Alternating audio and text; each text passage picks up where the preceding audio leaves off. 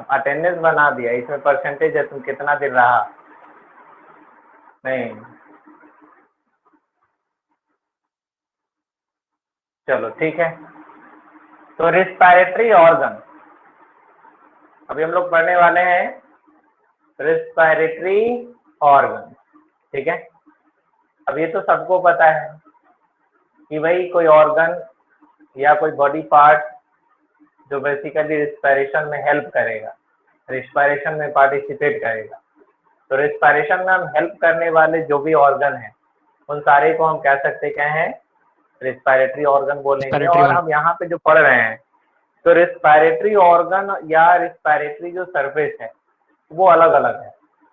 जरूरी नहीं कि सबके पास रिस्पायरेटरी ऑर्गन हो, जैसे बहुत सारे एनिमल्स हैं, है ना, प्लांट हैं, तो कह सकते हैं कि उसके पास रिस्पायरेटरी स्पेशलाइज्ड ऑर्गन नहीं होता है फॉर द गैसियस एक्सचेंज के लिए, जिसके थ्रू स्पेशली वो गैस का एक्सचेंजेस करे। जैसे मान लिया क्या यूनिसेलुलर ऑर्गेनिज्म है, अमीबा है, पैरामीशियम है ना, तो इन सब के पास कोई स्पेशल पार्ट नहीं होता है।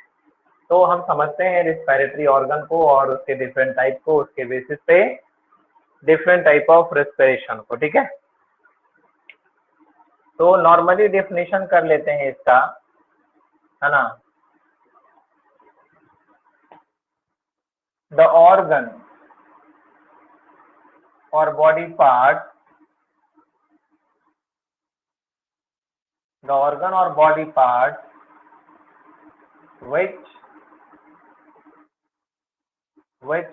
help, the organ or body part which help in respiration,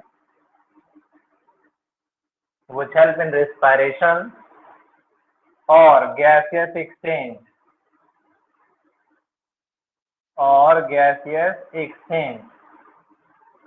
are called respiratory organs,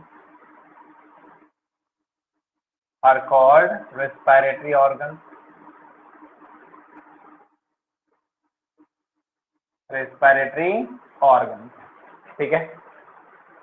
एक तरह से डेफिनेशन हमने कर लिया।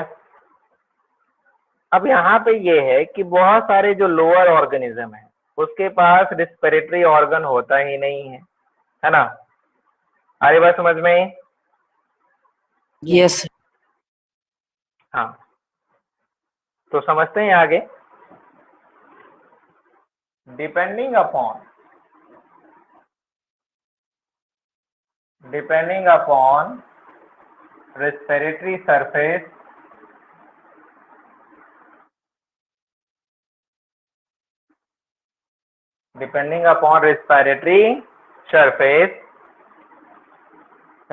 involved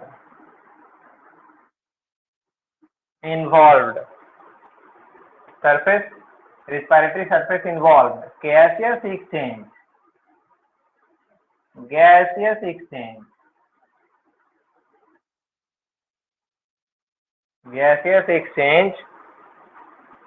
is of several types,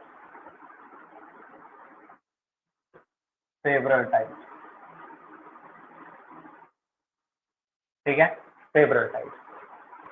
अब हम यहाँ पे शुरू करेंगे, कौन कौन है। तो सबसे पहले हम यहाँ पढ़ेंगे सेल सरफेस, है ना, सेल सरफेस गैसियस एक्सचेंज।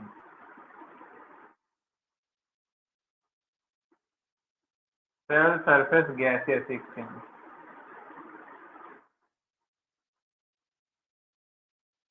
समझ में आ रहा होगा कि हम किसकी बात करने वाले हैं। सेल सरफेस गैसियस एक्सचेंज में अमीबा हो जाएगा, और भी बहुत सारे ऑर्गेनिज्म हो जाएंगे, पॉरीफेरा हो जाएगा, है ना, नाइडेरिया हो जाएगा, ठीक है ना। Yes yes. तो यहाँ पे हम कह सकते हैं, क्या कहेंगे, क्या कह सकते हैं इसमें, cell surface respiration, the organism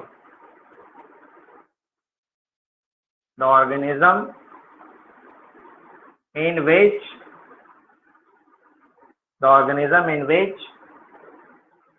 gaseous exchange, gaseous exchange occurs directly between body surface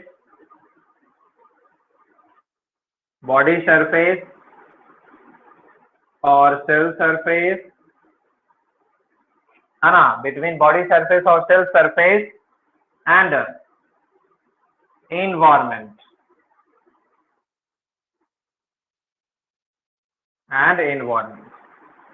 ठीक है।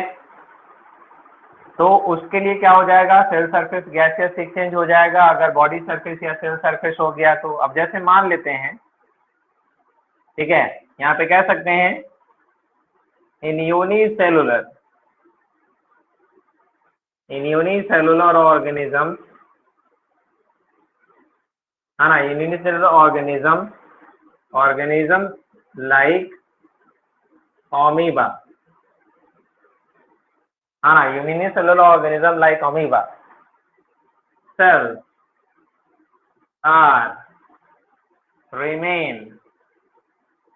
cells are remain direct contact with environment for gaseous exchange, for exchange of gases,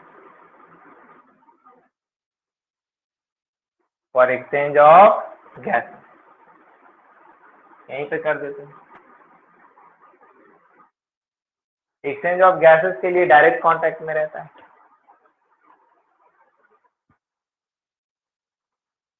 ठीक है। और भी बहुत सारे हैं जो वाटर में पाए जाते हैं, जैसे हम एग्जांपल यहाँ पे कर दे रहे हैं सेल सरफेस के लिए। ये सिर्फ यूनिसेलुलर में होगा सर? नहीं, ऐसा नहीं है, बहुत सारे मल्टी सेलुलर हैं। एग्जांपल मैं कर देता हूँ, पहले एक बना देते हैं, कुछ बना देते हैं, जैसे हम यहाँ पे अमीबा ही बना देते हैं, तो इस तरह से आपको दिख जाएगा कि चलो यूनिसेलुलर में हमने देख लिया।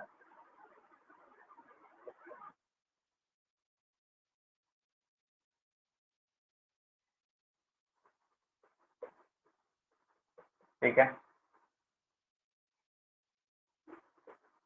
अब यहाँ पे कुछ बात कर लेते हैं। जैसे हम बात करते हैं यहाँ पे कि ऑक्सीजन आया, डायरेक्टली आ गया, और CO2 रिमूव हो गया, और यहाँ जो मेथड है ना, और यहाँ जो मेथड हुआ अप्लाई, वो मेथड क्या है, जो मेथड अप्लाई हुआ वो क्या है, डिफ्यूजन।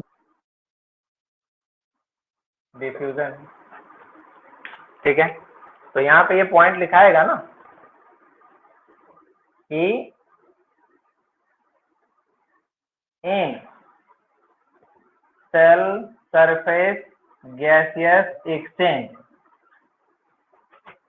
आ रही बात समझ में, in cell surface gaseous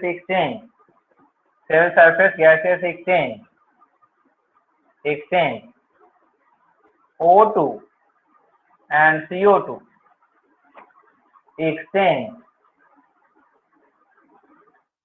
between cells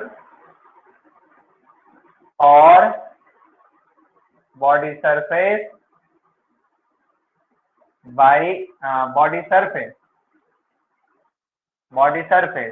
between cells or body surface and environment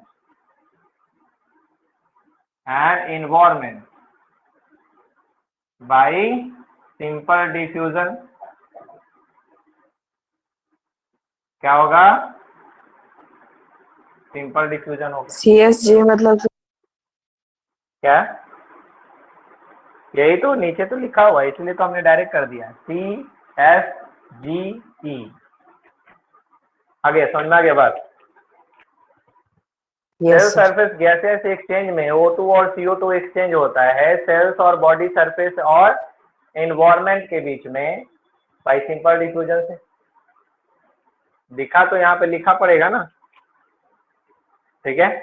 yes अब मान लिया जाए कि हम यहाँ पे नाइजीरिया की ही बात करते हैं, एक हाइड्रा ही बना देते हैं। इस तरह से अगर मैं हाइड्रा ही बना दूं, ठीक है,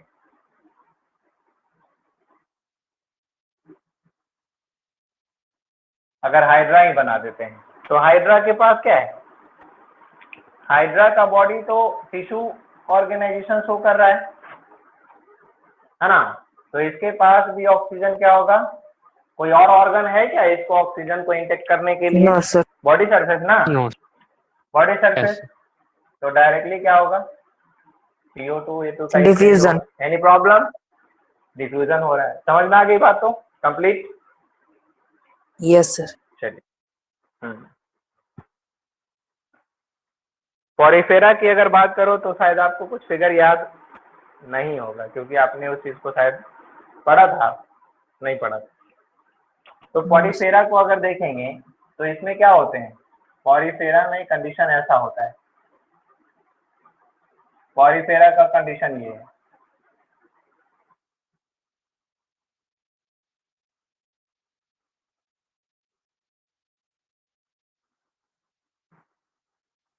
ये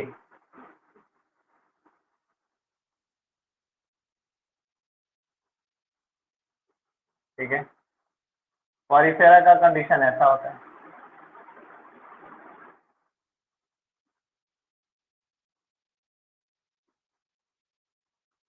इस तरह से होते हैं ये पॉरीफेरन। इसके बॉडी में क्या होते हैं, छोटे छोटे पोर्स कंटेन करते हैं पोर्शन जिसको कहते हैं ओस्टिया एंड स्कूलम और ये ओस्कुलम है, ठीक है। तो ये जो ओस्कुलम है यहाँ से जो है वाटर के साथ जो है इंटर करेगा ऑक्सीजन, है ना, वाटर के साथ डिजोल्व ऑक्सीजन इंटर करेगा और फूड मटेरियल भी इंटर करेगा इसी के थ्रू। और जो CO2 है और वाटर है ये सभी के सभी कहाँ से निकल जाएंगे, तो ओस्कुलम से बाहर हो जाएगा, Osculum. ठीक है ना। इवन उससे भी बाहर हो जाएगा और सम एक्सचेंज जिससे भी हो रहा है बाहर की ओर आ जाता है, बॉडी सरफेस से भी हो जा रहा है, इससे भी निकल रहा है, साथ ही साथ क्या होगा, बॉडी सरफेस से भी निकल रहा है, क्योंकि जो निकलेगा वो फ्लो उधर भी कर जाएगा इधर भी कर जाएगा, ठीक है, क्योंकि एक डायरेक्शनल फ्लो हो रहा है। आ रही बात समझ में? यस हाँ, चलिए अब ये सेल सरफेस तो समझ में आ गई बात कंप्लीटली। चलिए अब आगे पढ़ते हैं। अर्थवर्म इसका एग्जांपल होगा? नहीं, इसका एग्जाम्पल अर्थवॉर्म नहीं होगा। अर्थवॉर्म के लिए हम आ रहे हैं अभी जस्ट। अर्थवॉर्म के लिए हम सेकेंड लेते हैं क्यूटेनियस रिस्पायरेशन। अर्थवॉर्म के लिए यहाँ पे मैं लिख रहा हूँ क्यूटेनियस रिस्पायरेशन, ठीक है। क्यूटेनियस रिस्पायरेशन या क्यूटेनियस गैसियस एक्सचेंज बोल सकते हैं, ठीक है, क्यूटेनियस गैसियस एक्सचेंज। अब ये क्या है, इसको क्या बोलते हैं? ऐसे क्यूटेनियस बर्ड का मतलब भी होता है स्किन, क्यूटेनियस बर्ड का मतलब क्या होता है, स्किन होता है। तो इट मीन्स दैट कि यहाँ पर क्या होगा, रिस्पायरेशन किसकी मदद से हो रहा है, स्किन की मदद से हो रहा स्किन के मदद है ना।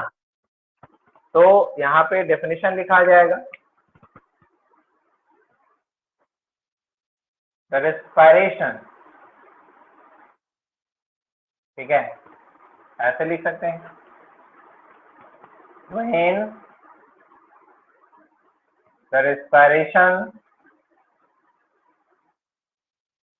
the respiration or gaseous exchange,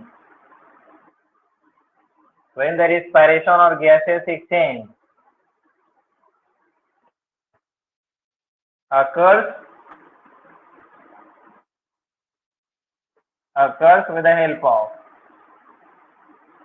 Skin. occurs with the help of a skin, is called, क्या कहलाएगा? Cutaneous respiration. Cutaneous respiration.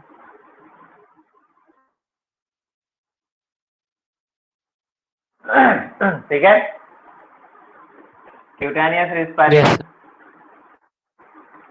अभी जो क्यूटेनियस रिस्पायरेशन है ये हमें जनरली किसमें मिलता है? तो क्यूटेनियस रिस्पायरेशन जनरली हमें Earthworm. मिलता है किसमें? अर्थवॉर्म में मिलता है। अर्थवॉर्म में Frog. मिलता है, लीच में मिलता है और नेरिस में मिलता है ना? Earthworm, leech and nereis. ठीक है, और किस में मिलता है? फ्रॉग में मिलता है। अब यहाँ पे समझना पड़ेगा हमें कि कब, क्यों, कैसे होता है। तो फ्रॉग में कब होता है? फ्रॉग में स्किन रिस्पायरेशन कब होता है ना? इन फ्रॉग,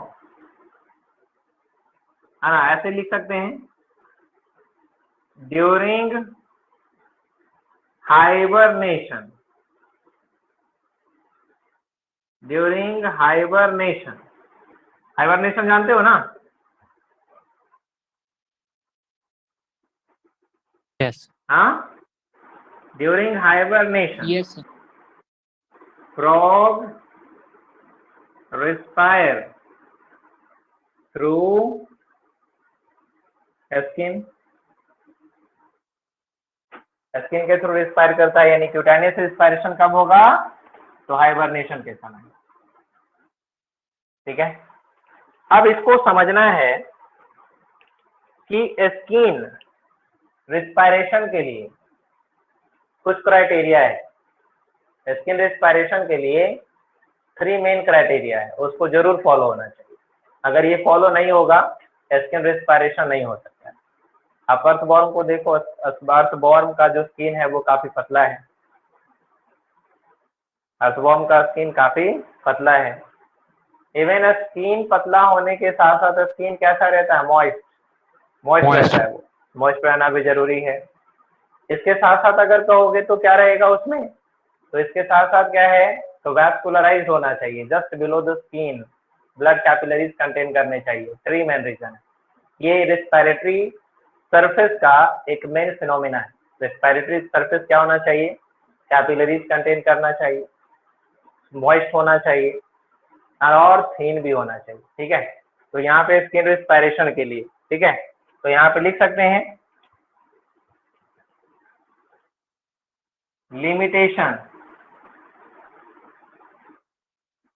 फॉर स्किन रिस्पायरेशन।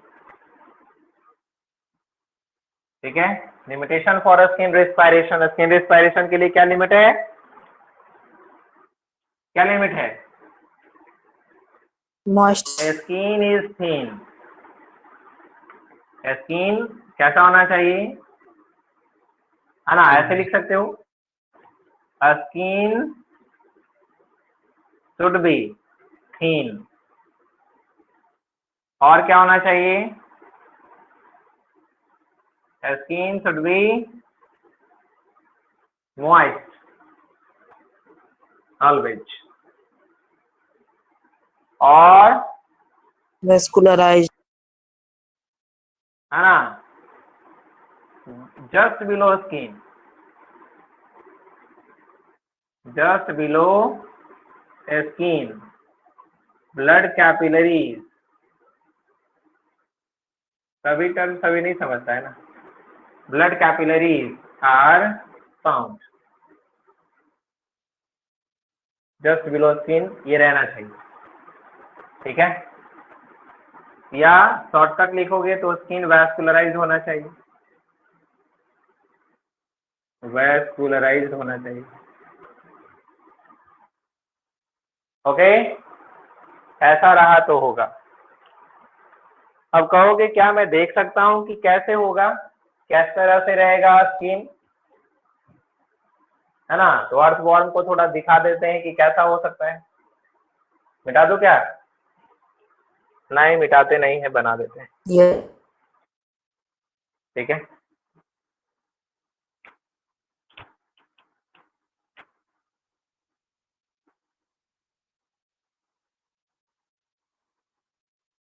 अभी रुकेगा थोड़ा।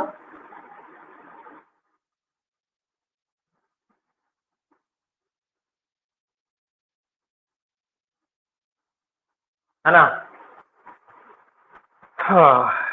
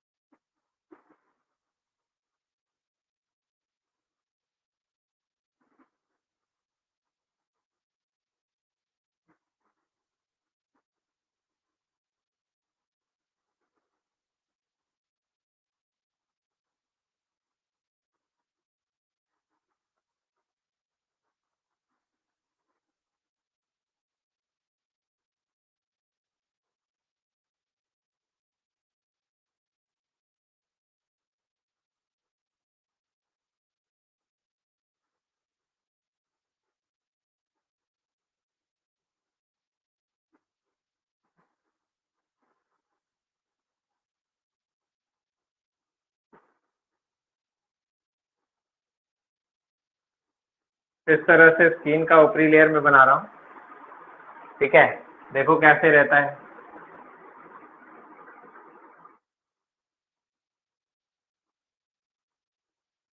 इस प्रकार से रहेगा स्किन का लेयर।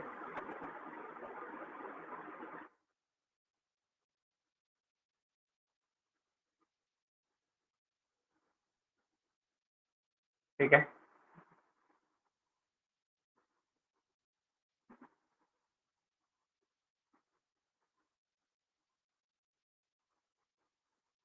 ये मिला करके हो गया, टोटल मिला करके ये हो गया स्किन। ठीक है,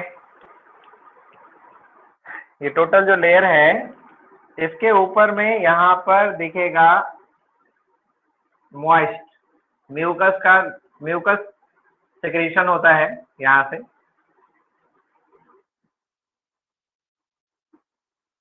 ठीक है, म्यूकस का सिक्रीशन होगा। ये वाला जो पोर्शन है ना,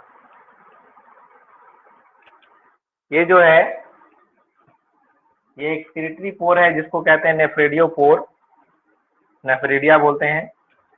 चलिए, तो ये टोटल जो यहाँ से यहाँ तक का ये जो लेयर है, ये है स्किन ऑफ, स्किन है। किसका स्किन है? तो फ्रॉग का ये स्किन है। यहाँ पर ये जो रेड रेड मैंने दिखाया है, ये क्या है? ये है मॉइस्ट म्यूकस है, म्यूकस। और ये सभी जो दिखाया गया ओपनिंग है, ये क्या है? Opening of mucus gland, opening of mucus gland. ठीक है, और ये स्किन का टोटल लेयर हो गया। अब ध्यान देना है, ये हो गया नेफ्रेडियो पोर।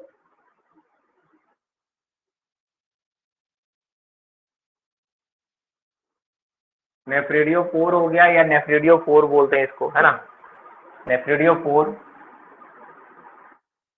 अब ध्यान देते हैं, इसके नीचे वैस्कुलराइज कैसे होगा। तो वैस्कुलराइज देखना है तो इस तरह से देखिए, just below the skin, just below the skin vascularise होगा।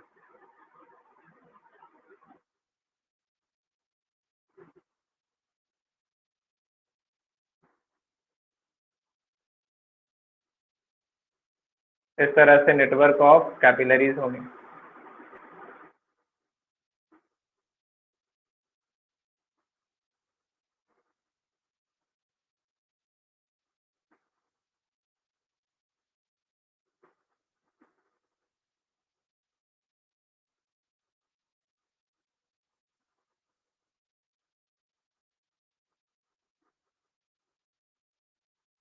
यहाँ पे नेटवर्क ऑफ कैपिलरीज,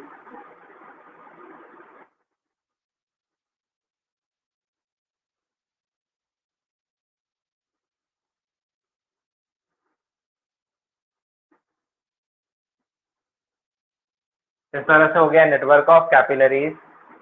जहां कहा जिसे कैसे भी आप कनेक्ट कर सकते हो। तो ये दिख रहा है नेटवर्क ऑफ कैपिलरीज, है ना, नेटवर्क ऑफ कैपिलरीज। तो ये कंडीशन अगर ऐसा रहा, स्किन ये बड़ा बनाया गया है, एक्चुअली काफी थीन स्किन है, मॉइस्ट स्किन है, थीन है, मॉइस्ट है ना, म्यूकस ग्लैंड का यहाँ पे पोर्स है जिससे म्यूकस रिलीज होता रहता है और ये स्किन मॉइस्ट रहता है। और जस्ट देखो, जस्ट बिलो द स्किन क्या है, वेस्कुलराइज है ना, कैपिलरीज कंटेन कर रहा है। इस कारण से क्या होता है, तो डायरेक्टली जो ऑक्सीजन है वो डायरेक्टली कहाँ जाएगा, तो डायरेक्ट इंटर करेगा, ब्लड कैपिलरी में जाएगा और डायरेक्ट बाहर निकलेगा। ठीक है, तो इसको दिखाते हैं जरा सा, इसको दिखाते हैं।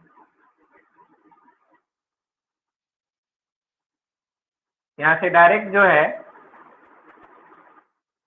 ऑक्सीजन इंटर करेगा, डायरेक्ट ऑक्सीजन ब्लड कैपिलरी में जाएगा और डायरेक्ट जो CO2 है, जो CO2 है वो डायरेक्ट ब्लड से कहाँ आएगा, तो बाहर आ जाएगा। तो यहाँ पर भी क्या काम करता है, डिफ्यूजन। क्यूटेनियस रिस्पायरेशन भी किस कारण से हो रहा है, डिफ्यूजन से हो रहा है। ओके, ये स्किन Yes, है, sir. ठीक है। इसके नीचे फिगर के नीचे लिख सकते हो क्यूटेनियस रिस्पायरेशन इन अर्थबोर्न, फिगर के नीचे दिखते हैं ना हमेशा, उस तरह से लिख सकते हैं क्यूटेनियस रिस्पायरेशन इन अर्थबोर्न। चलिए, अब टॉपिक हमारा है यहाँ पे branchial respiration, branchial respiration.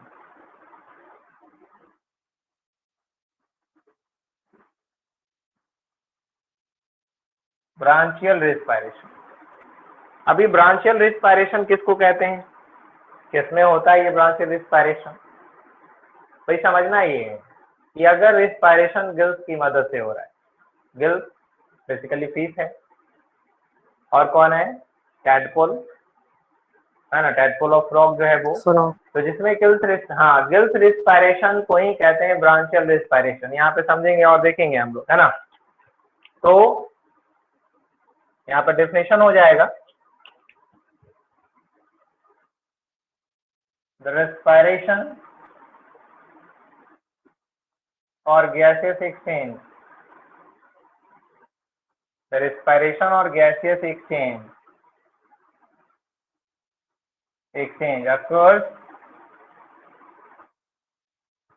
occurs with the help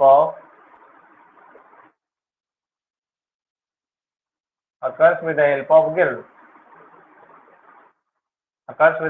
gills, is called branchial respiration. Gill respiration को क्या कहते हैं, ब्रांचियल रिस्पायरेशन को।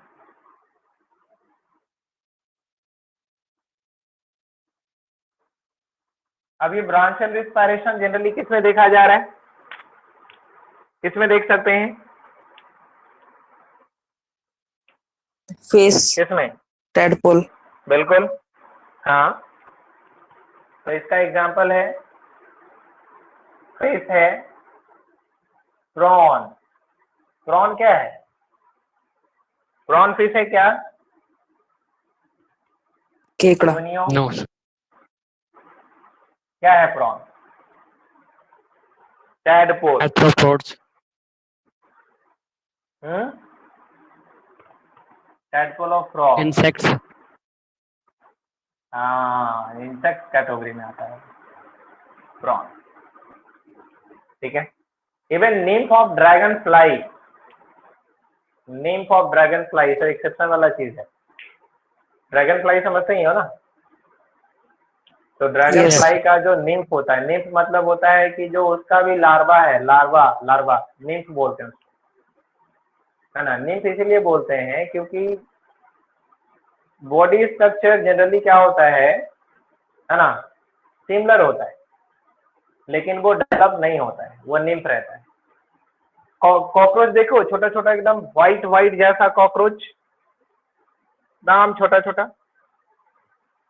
है ना, उसको बोलते हैं निम्फल स्टेज। ओके, चलिए अब ये गिल्स कैसे सर रिस्पायरेशन कर रहा है? ब्रांचियल होगा या ब्रोंचियल हो? Branchial, BRANCHIAL, not bronchial, branchial. ठीक है, तो आइए का देखते हैं एक्सेप्शन था फिर सर ड्रैगन रिस्पायरेशन। फ्लाई। हाँ, फिर से रिस्पायरेशन थोड़ा सा देख लेते हैं। फिर से रिस्पायरेशन मतलब रिस्पायरेशन इन किसकी बात हो रही है? ठीक है, तो आप देख लो जरा, फिर मैं बना देता हूं यहाँ पे।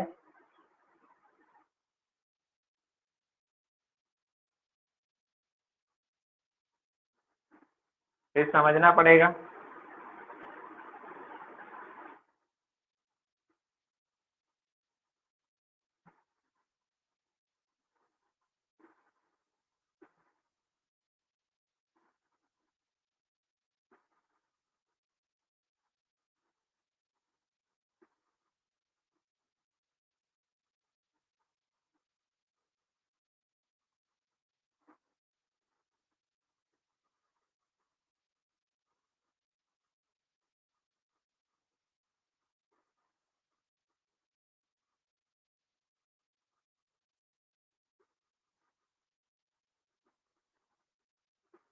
ये हो गया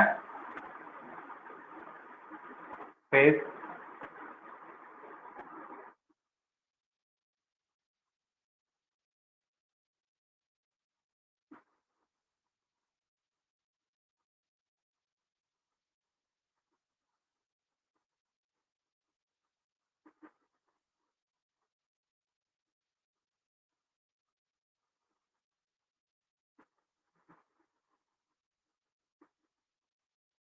एनी प्रॉब्लम?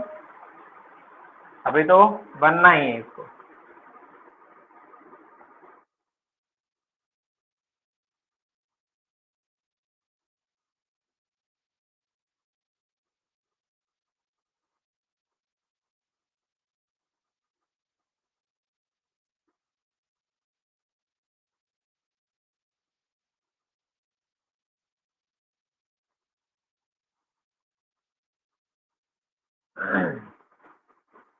और यहाँ से गिल्स देख रहे हैं, यहाँ पे गिल्स कर देते हैं।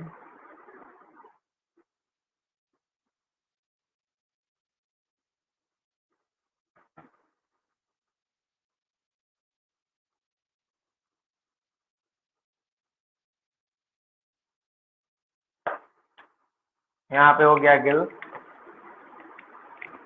और गिल्स कैसा होता है? इनर साइड से रेड होता है। Yes. इनर साइड से रेड होता है। और ऊपर पुलम, ऊपर से आगे का ऊपर का कवरिंग है, ऊपर पुलम।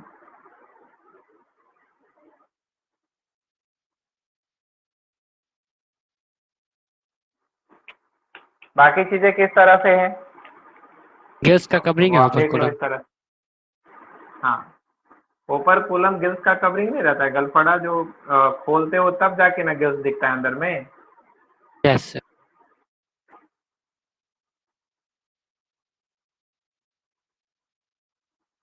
मछली भी नहीं दिखता तुम लोग सही से जी। मछली मुर्गा देख लो, खाली खा जाता है, चिवा जाता है। चलिए, और मछली इस तरह से।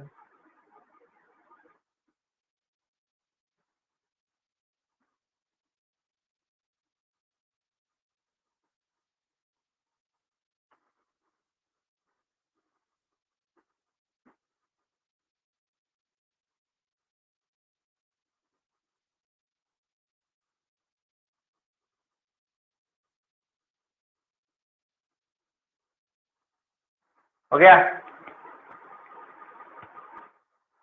फेस, अब ये जो फेस है इसमें हमको देखना है, समझना है। ये जनरली रहता कहाँ है? वाटर बॉडीज में रहता है। जनरली का मतलब क्या है? कहीं और पास रहता है क्या? कहीं और भी रहता है No, क्या? sir. No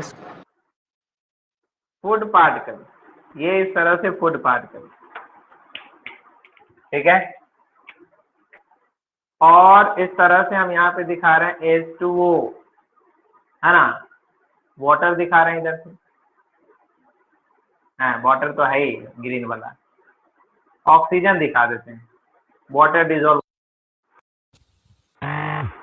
water dissolve oxygen, ठीक है।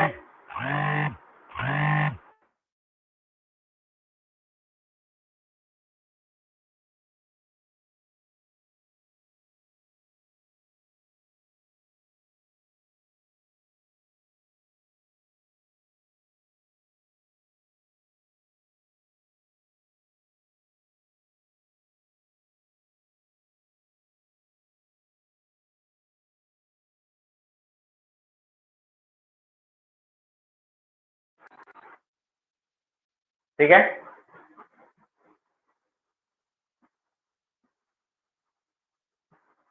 ओहो, आवाज आ रही है? Yes Yes, sir. चलो ठीक है, अब ध्यान देंगे। तो ये जो फूड पार्टिकल है, जो ऑक्सीजन है, ये सभी के सभी किसके थ्रू जा रहा है? माउथ के थ्रू जा रहा है। Mouth Okay. माउथ के थ्रू जा रहा है, समझना है यहाँ पे, है ना। यहाँ पे देखना, समझना यहाँ पे। ये जो पाथवे है, ये क्या है? फेरिंक्स वाला पोर्शन है, इसोफेगस वाला पोर्शन है। इसोफेगस तो अंदर मिलेगा, पहले तो फेरिंक्स मिलेगा। तो यहाँ से होता Yes. हुआ जब आगे की ओर जा रहा है, हाँ, ये इधर से पास करेगा, तो जो फूड पार्टिकल है वो चला जाएगा कहाँ? डाइजेस्टिव सिस्टम वाले पार्ट में। और जो ऑक्सीजन है, वो ऑक्सीजन क्या होता है? ये जो वाटर यहाँ से पास करेगा, सम ऑफ द वाटर, जितना भी वाटर पास कर रहा है, वो टोटल के टोटल वाटर जो है वो डाइजेस्टिव सिस्टम में नहीं जा रहा है। कुछ फूड पार्टिकल के साथ एकदम स्मॉल अमाउंट ऑफ वाटर जो है उसके बॉडी में जा रहा है। और मोस्ट ऑफ द वाटर जो है वो हमेशा क्या होता है? बाहर की ओर रिलीज होता रहता है। किसके थ्रू? गिल्स के थ्रू रिलीज होता है Yes, yes. है ना। गिल्स के थ्रू रिलीज हो रहा है। तो गिल्स के थ्रू जब यहाँ से रिलीज होता है, तो गिल्स में तो हम देख रहे हैं कि रेड कंटेन कर रहा है ब्लड कैपिलरी। तो ब्लड कैपिलरी के अंदर ब्लड है। तो ये जो ऑक्सीजन है, वाटर डिजोल्व जो ऑक्सीजन है, वो डिफ्यूज करके चला जाता है कहाँ? ब्लड कैपिलरी में। और ब्लड कैपिलरी में जब चला जाए, हाँ देखो, ब्लड कैपिलरी में चला जाएगा, और ब्लड कैपिलरी में कंटेनिंग जो CO2 है, वो CO2 क्या होता है? Diffuse out. वो CO2 रिलीज कर देता है बाहर। किसके साथ में? तो वाटर के साथ में, ठीक है, वाटर के साथ। ओके,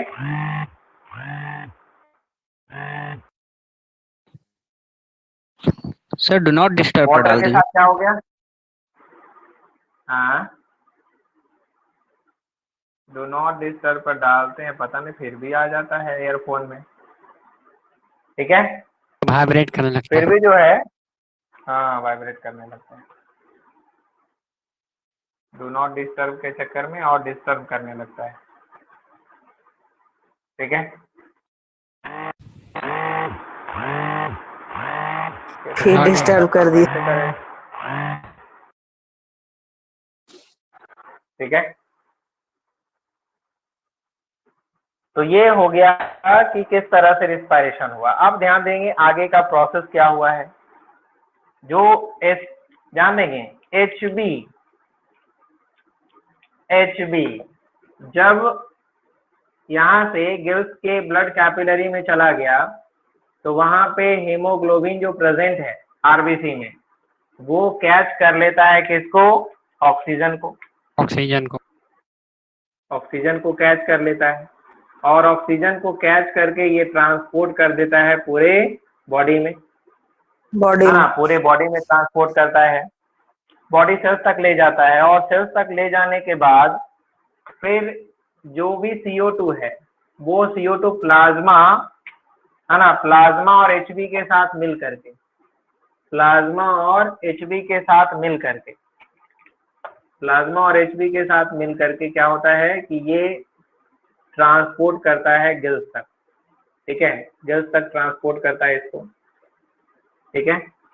तो कुल मिलाकर कहा जाए कि एंट्री थ्रू द माउथ यहाँ, ठीक है, ये पूरे बॉडी में सर्कुलेट किया और फिर यहाँ से लेकर के चला आया, तो ये गिल से लेकर के एंट्री किया और ये गिल से क्या हो गया, बाहर हो गया, ठीक है, ये गिल से अंदर हो गया और ये गिल से क्या होता है, तो ये बाहर हो गया।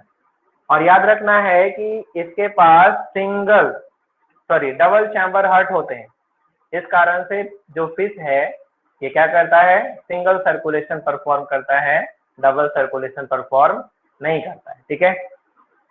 ऑक्सीजनेटेड ब्लड पूरे बॉडी में जाता है और डीऑक्सीजनेटेड ब्लड कहाँ चला आता है, गिल्स के पास में, और यहीं पर जो है एक्सचेंज होता है CO2 और O2 का, ठीक है। अब क्वेश्चन हमारा यहाँ पे ये पूछा जाता है ना, क्वेश्चन ये होता है कि जो रिस्पायरेशन है एक्वाटिक ऑर्गेनिज्म, है ना, और टेरेस्ट्रियल ऑर्गेनिज्म है, इन दोनों में आपको दिखाना है difference with regard to obtaining oxygen, है ना, ऑक्सीजन ऑब्टेन करने के बेसिस पर आपको दिखाना है डिफरेंस टेरेस्ट्रियल ऑर्गेनिज्म में और एक्वाटिक ऑर्गेनिज्म में। तो एक्वाटिक ऑर्गेनिज्म की बात अगर करेंगे तो हमें कुछ बातों का ध्यान रखना पड़ेगा, यानी 3 पॉइंट यहाँ पे डिफरेंस करना पड़ेगा। एक डिफरेंस हमको ये देखना पड़ेगा कि amount of oxygen in water कितना है, ऑक्सीजन वाटर में कितना है, दूसरा देखना पड़ेगा ऑक्सीजन जो है ना, एटमॉस्फेयर में कितना है। तो यही मेन कंडीशन है। वाटर में ऑक्सीजन जो है वो जनरली क्या होता है, कम होता है एटमॉस्फेरिक ऑक्सीजन से। वाटर में डिजॉल्व ऑक्सीजन क्या होगा, एटमॉस्फेरिक ऑक्सीजन से कम होगा। तो सिंपल बात आप सोचिए कि अगर ऑक्सीजन अगर कम है तो लेकिन बॉडी का रिक्वायरमेंट तो कम नहीं हुआ, ऑक्सीजन कम है ना, लेकिन बॉडी का रिक्वायरमेंट तो कम नहीं हुआ।